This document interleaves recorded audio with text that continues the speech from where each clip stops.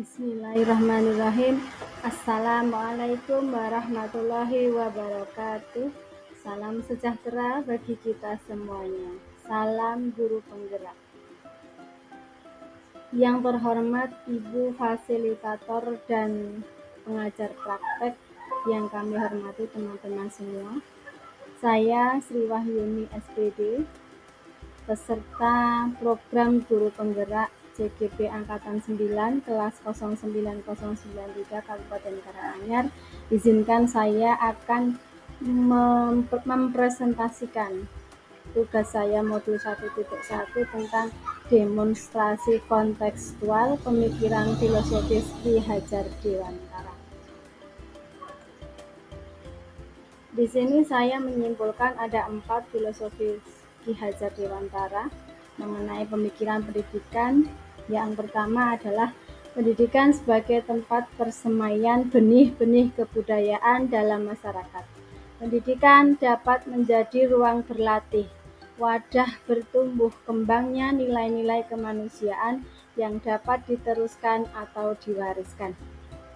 Di sini pendidik diibaratkan sebagai seorang petani atau tukang kebun yang tugasnya adalah merawat sesuai kebutuhan dari tanaman-tanamannya itu agar tumbuh dan berbuah dengan baik. Tentu saja beda jenis tanaman, beda perlakuannya. Sebagai pendidik kita harus berprinsip pada trilogi Ki Hajar Dewantara, yaitu ing ngarsa sung tulodo, ing madya mangunkarsa, tutpuri handayani. Sebagai pendidik kita berada di depan sebagai suri tauladan yang baik bagi peserta didik, di tengah-tengah kita menjadi penyemangat mereka, kemudian tutpuri handayani kita menjadi pendorong atau motivator yang baik bagi peserta didik kita. Filosofi yang kedua adalah berkaitan dengan dasar-dasar pendidikan yang menuntun segala kodrat yang ada pada anak-anak agar mereka dapat mencapai keselamatan dan kebahagiaan yang setinggi-tingginya, baik sebagai manusia maupun sebagai anggota masyarakat. Filosofi yang ketiga sangat relevan dengan kodrat alam dan kodrat zaman yang mengiringi kehidupan anak-anak. Artinya, pendidikan yang diberikan menyesuaikan dengan kondisi lingkungan atau potensi anak. Perlu diingat bahwa kita sebagai pendidik tidak mungkin bisa merubah kodrat alam yang ada pada diri mereka, namun kita sebagai pendidik harus bisa menuntun dengan baik potensi mereka, menggali potensi mereka agar mencapai harapan yang setinggi-tingginya. Sesuai dengan kodrat zaman, kita menyemangati mereka, kita membimbing mereka agar harapan mereka tercapai dengan baik. Relevansi di sekolah adalah terciptanya suasana pembelajaran yang mendapatkan nilai-nilai karakter dalam mengeksplor potensi murid, misal melalui pembiasaan dan pengenalan lingkungan sekolah yang baik. Filosofi Ki Hajar Dewantara yang keempat adalah tentang budi pekerti atau watak atau karakter merupakan perpaduan antara gerak pikiran, perasaan dan kehendak atau kemauan sehingga menimbulkan tenaga. Contohnya adalah kita harus menghamba kepada murid.